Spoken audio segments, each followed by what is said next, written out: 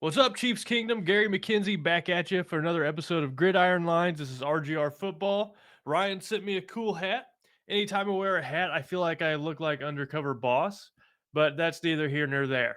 For this video today, we're going to talk about foot injuries, ankle injuries in the history of the NFL over the last 20 years, and what quarterbacks who are in a similar position as Mahomes heading into next week's game versus the Bengals, how they did in those matchups after sustaining an ankle or a foot injury. So I'll have some numbers for you later on and some history to share with you.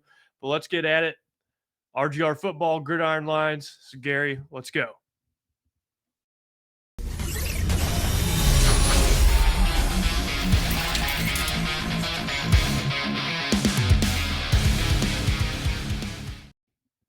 So there it is, the ankle that everyone is concerned about. As everyone knows, Patrick Mahomes had his ankle rolled up on by a defensive player in their divisional round matchup versus the Jaguars, and he came off the field hobbling. He had to miss some time, and everyone is concerned about this ankle. But did you know in that game, Patrick Mahomes actually played better after he hurt his ankle. So prior to hurting or getting that injury, he was 12 of 15 for 84 yards and a touchdown.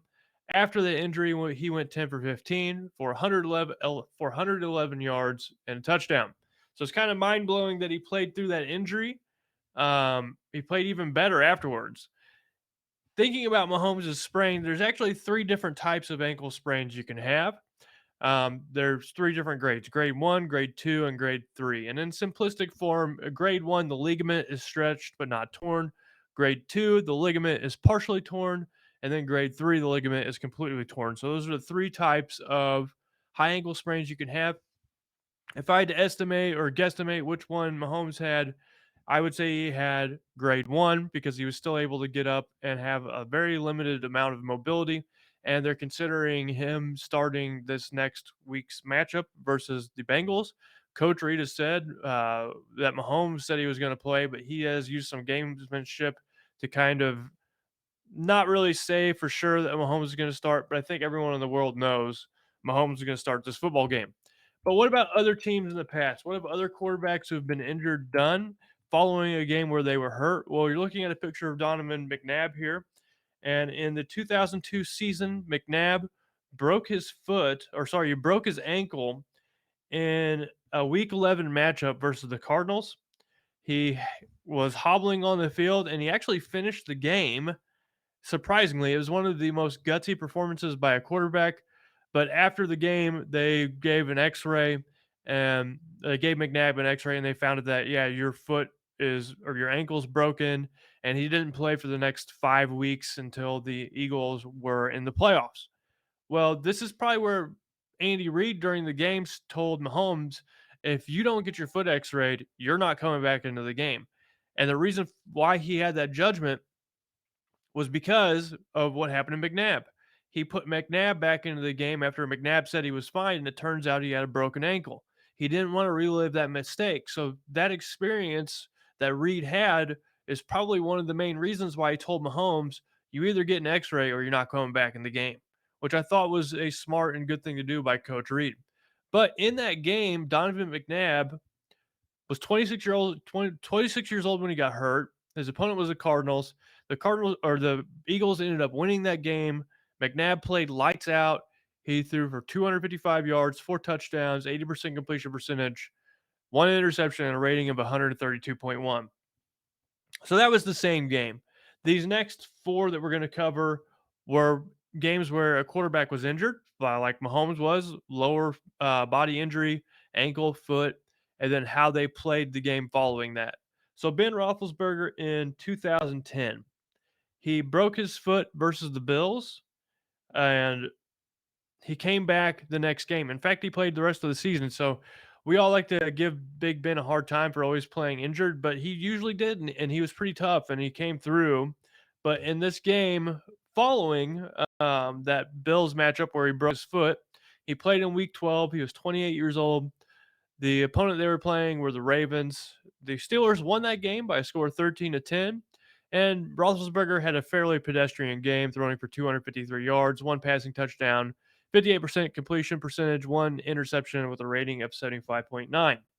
Another quarterback, and I believe this quarterback, as far as toughness goes, he he matches up the most with Mahomes. So Matthew Stafford, an incredibly tough quarterback. He broke his collarbone once. I believe it was his rookie year or his second year, and he refused to come out of the game with a broken collarbone on his non-throwing shoulder, and came back into the game and threw a touchdown to win the game for the Lions. Matthew Stafford is one of the toughest players in NFL history, and in a Week 7 game of 2011, he suffered a high ankle sprain versus the Falcons. And the next week's game, he played the Broncos. He was 23 years old, and the Lions ended up winning that game 45-10. And he threw for 267 yards, threw for 3 passing touchdowns, 70% completion percentage, no interceptions, and a rating of 130.8. Big Ben once again. He suffered a high ankle sprain versus the Browns in week 14 of 2011. And the next week, he played the 49ers and did not play well. The Steelers lost that game by a score of 3-20. He had 330 yards, which is a pretty good chunk, but no touchdowns, 3 interceptions, and a very bad rating. The other quarterback, Peyton Manning, unbelievably was playing with 2 ankle sprains, one of them being a high ankle sprain. He suffered the first ankle sprain versus the Jaguars in week 5 of the 2013 season. And then following a week 6, Robert Mathis, his former teammate with the Colts, rolled up on his ankle again, and that really aggravated his ankle sprain. And he ended up playing his next game. He didn't miss a single game for the rest of the year with a high ankle sprain. And in that matchup, he faced a Washington football team. He was 37 years old, and the Broncos won that game by a score of 45-21. He played lights out except for the 3 interceptions, 354 yards, passing, 4 passing touchdowns, a rating of 94.3. So he played a very good game other than those interceptions. And then lastly, we have Patrick Mahomes. He's actually played with a high ankle sprain before. So in week 1 of 2019, Mahomes suffered a high ankle sprain versus the Jaguars. In his next game, he faced the Raiders. He was 23 years old at the time. The Chiefs won 28-10, and Mahomes had one of his best games ever as a starter in the NFL. He threw for 443 passing yards, 4 passing touchdowns, 68% completion percentage, no interceptions, and a rating of 131.2. So the question is that we all have is, if Mahomes plays, how do we think he'll do? In those 5 cases that we looked at, um, the team with the quarterback who was a little banged up won 4 out of those 5 games, and in the majority of cases, the quarterback played very well. In Mahomes' case, he played extraordinarily well following that high ankle sprain injury. So this week's matchup versus the Bengals is kind of like the Jordan flu game. How can Mahomes perform in a game where he is hurt? Will he play lights out? And this, ladies and gentlemen, you can't write a better storyline for this one. The Bengals are coming in. They believe they're the better team. If you don't believe me, just ask one of the Bengals fans on Twitter or ask any of the Bengals players on Twitter or in an interview. The Bengals think they're the big bad dogs, and the Chiefs are kind of these lowly underdogs. The game started out as the Chiefs being 3-point favorites, even having the news of Mahomes' high ankle sprain. But since the betting has gone so strongly for the Bengals are now 2-point favorites in this game. So there's been a 5-point swing based on how the betting has gone. And the bettings goes based on how fans feel usually. So they're feeling a certain way. And one of the things that has caused that line to change is because of Mahomes' ankle injury. And another thing is because of how the Bills played versus the Bengals, or how the Bengals played versus the Bills last week when the Bengals destroyed the Bills. I can tell you though, I used to write machine learning algorithms that would predict the spread outcome of NFL football games. And there's 2 things that were consistently undervalued or overvalued by bettors in the NFL. And one of those is what happened in the last week's game. So oftentimes a team would get blown out or a team would blow out another team. And then the following week, everyone would be betting either against the team that got blown out or for the team that did the blowing out. And then what would happen in that following game is that usually it would come back to the mean or the norm or reality. So fans get overhyped whenever there's a wide margin, and the reality comes and settles in the next week. So what I'm saying in this case is that just because the Bengals blew out the Bills does not mean that they are unstoppable. Every time the Chiefs have lost to them in this little 3-game losing streak versus the Bengals, the game has been close. So it's not like the Bengals have been destroying the Chiefs. Yes, they play well versus the Bills, but it has no bearing on what happens this week. The other thing I noticed was related to quarterbacks.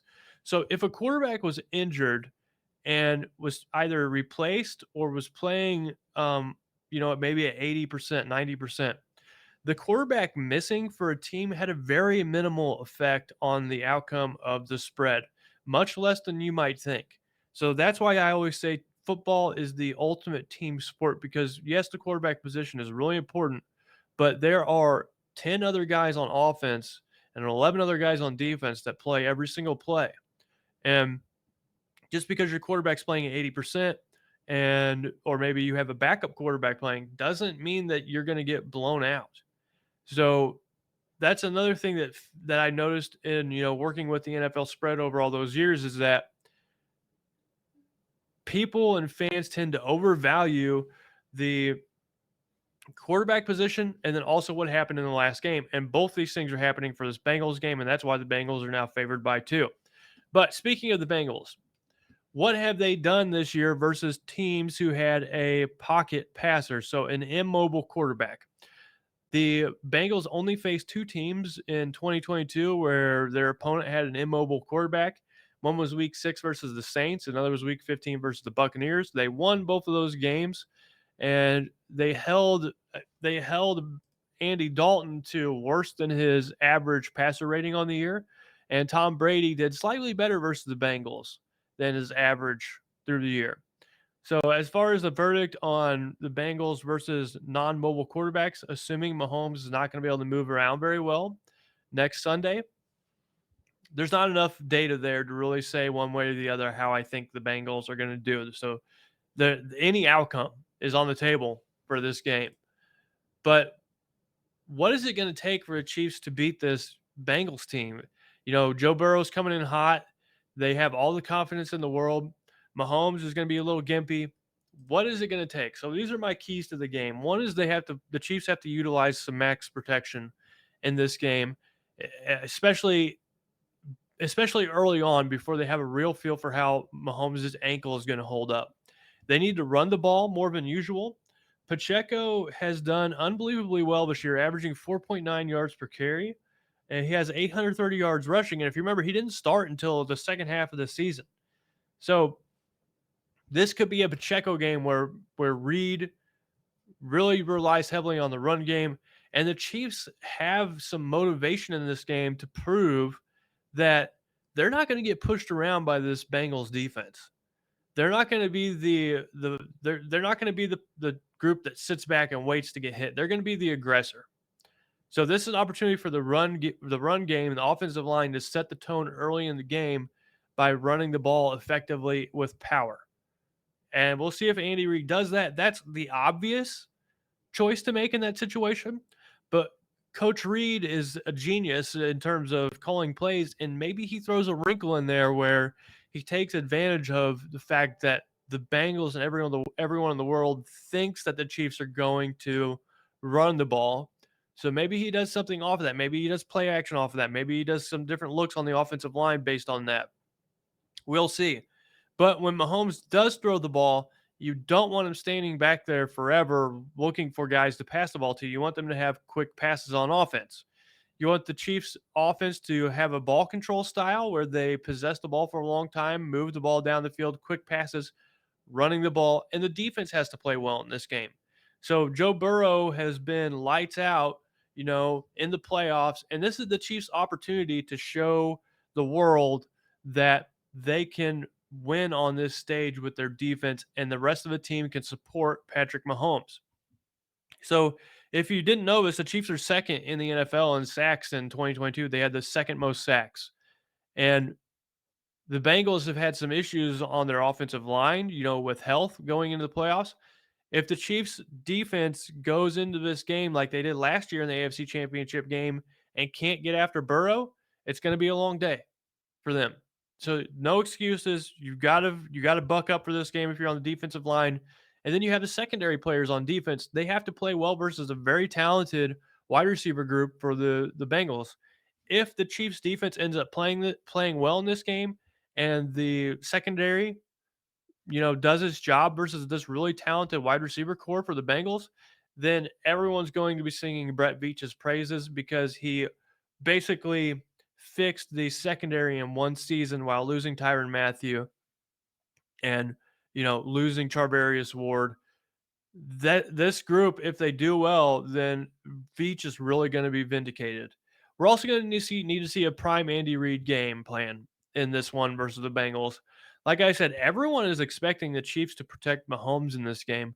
Everyone's expecting the Chiefs to run the ball and take pressure off Mahomes' ankle. What Coach Reid might do is he might be aware of that and he might do something completely the opposite of what everyone's expecting. So he might start the game out and just be throwing bombs all over the field and acting like Mahomes' ankle was never even hurt. That's not what the world's expect. That's not what the world expects the Chiefs to do. So Andy Reid might try to play that to his advantage. And lastly, you have the emotions of this game. I was talking to some friends earlier this week, and I was telling them that how Mahomes has really carried this team ever since he's become a starter in Kansas City. He's dinged up now.